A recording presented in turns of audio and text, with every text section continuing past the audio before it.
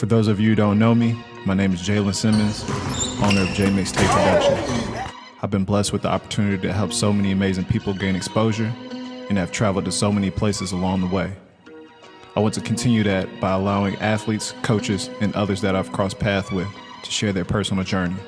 That is why I present to you In the Making.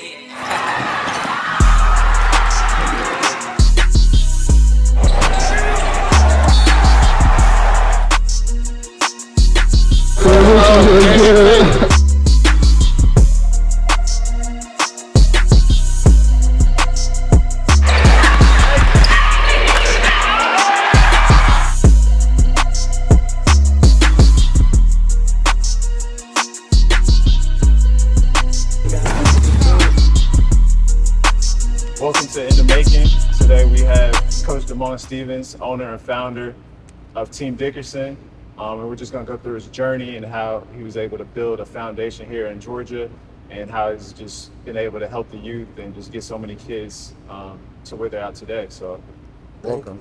Thank you. Yeah. It's great to be here. Yeah, so Really blessed. So where are you from, and tell the people where you're from and how you... Well, I'm originally from Dayton, Ohio, moved to Cincinnati in like 6th, 7th grade. From there, I've been everywhere. I got to Atlanta in 2000, late 2000, early 2001. And, moved here, started getting inside the basketball world, training kids, and then I got asked to train a team out in Collins Hill. And had a kid on it named Jeremy Olsen. The Collins Hill feeder team, they played in the GBL. It was like the best league, youth league. And I coached them, and that's where I started meeting people. Yeah. How old were you at the time when you said you Like moved 28. 28 and just developing, and was that the point where you just realized I want to be a full-time coach, or like... That's when I realized helping kids was my mission. I knew that had to be a part of my life. And so I really just dove in all the way. And from there, just took my time, been around some great mentors here, from Bo Bells to Horace Naismith, of course, team, Coach Derek Dickerson. So I've been really blessed to be around some great guys. So speaking of Team Dickerson, how did that build? How did that foundation build, and how long have y'all been going? Originally, we probably really organized the foundation in like 2003. Back when we were still coaching for other programs, we still had Team Dickerson Foundation. Yeah. A lot of people don't realize that, Team Dickerson's been here for a while, so it's been a blessed situation. Me and Coach did a lot of great things, and I just learned from them and went from there, Yeah. So talk about a little bit on how you're building the prep. I know you all are AAU travel team, but going into prep, what made you decide on making it year-round and being able to develop? The year before, me and my brother Bobby Jones, we talked about it. We wanted to do it, and then it was just so much going on. And at the end of 18 to 19, COVID, and then 20 was COVID. It just got too much was going on. And then now we had to do it because there's so many great kids whose situation has really changed because of the portal, the extra year of college, and it's just a great time to do it. And we knew we could do it. We've already had the backing. We have a lot of that put together on our own. Got some great admin people, Jill Robbins, Yvonne Hopkins. They really handle all the back end stuff for us. That makes it easy. Yeah, and that's just amazing to see that transition and being able to extend it out to more kids and more opportunities for them.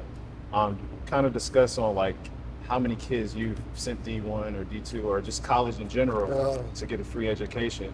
Just discuss a little bit how many kids you've developed and your connections with other coaches on the college level. I would say wild grass, it's over a few hundred. Yeah. It's over a few hundred. I don't have an exact number. We have it on file, but it's over a few hundred. It's a great question. Yvonne's going to be mad. It's well over a few hundred. So how are you able to make that connect? And like, I know a lot of parents always ask me, like, how did my kid get seen? I've seen some kids, average 20. I've seen some kids average 8, and that kid might go to a higher level, or this person's academics is A1 and he'll go D1. So kind of like explain what exactly coaches are looking for a little bit out here. Now, everything's different. Right now, coaches are looking for some real rounded kids, especially with the perks of graduating kids. they'll take maybe not a 1 or 2 and done talent for a kid they know they're going to have 4 years now, with all the the incentives of having graduation kids. Then I think the other thing is that you got to have your academics that keep raising the bar higher and higher.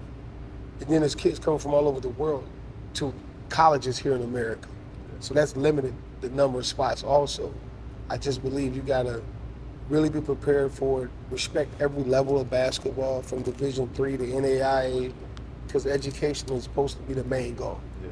If that's really our main goal, then there's places for every kid to have that situation if he puts in the work. And then going into like your training and style of play, like what I see is a lot of mental toughness, a lot of players that are coachable, a lot of players that have been developing from the ground up. How are you able to, develop them and just get their mind right and just being able to develop their skills and tools? Because like there's so much versatility on each one of your teams. Just explain a little bit on how, what you look for in a player, and then also how are you able to get them to that level? One of the best things I try to do is assess everybody totally different. And if he's 16 or 14, I always try to look at them and say, well, I have him prepared to be 22 years old. And that might not be the size he ends up, whatever, but my goal is to have him prepared for the later as he plays, not the moment. So a lot of times my kids are slower to be ranked because I don't care about that, but they do. Yeah. The families do. I didn't go get into that. I hate to see people forcing a style or something on a kid just because he is good enough when it's not going to be his role later in life. Yeah. So I try to project out on their skill set, add so many skills that whatever size he ends up, he's going to be okay. He can say, Coach DeMond didn't just abuse me in the lane and just let me stand in the corner. Yeah, I see that a lot in coaching styles. They already kind of have like an agenda of exactly how they want to play each player and how they're going to use each player. But some players might be able to be more versatile. Some players might be able to, this person can shoot the three, this person can get on the block a little bit more. So just being able to realize that, they can do more than one aspect of the game and, just be able to expand on each level to help benefit them. Yeah, think about Bruce Brown and what's the guy, Mann from the Clippers? Mm-hmm. Yeah, they were playing the 4 or 5 in the playoffs. They're centers now. Yeah. They were guards. Yeah. You think they care? No. Yeah. All as right, long Coach, as they're on the court. I'm tough enough to rebound. I got to rebound. Yeah, so yeah, that's I another respect them. Another thing with players, do what it takes to be on the court. I know Right. a lot of players, I'm gonna come in, shoot 10 threes, I'm gonna come in and do this, but there's so many little things that you can do on the court, rebound and defense, just energy guy, just whatever to be on the court. So that's another thing that I think is very important for players to realize and, players to know. And then, so going into, Team Dickerson a little bit more with the prep school, like how are y'all able to bring players in and tell us a little bit more about those academics?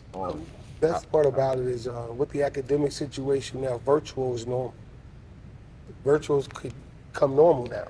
So if I go to school on Connections Online or K-12, or if I want to take online courses at Georgia Tech, the Alpharetta Center of Georgia State, Kennesaw State, now that you can own that yourself, it's made it a lot better so that you can have a great situation where you're on top of it, the parents are on top of it, and they're able to take the courses they really need where they want to take them. Yeah.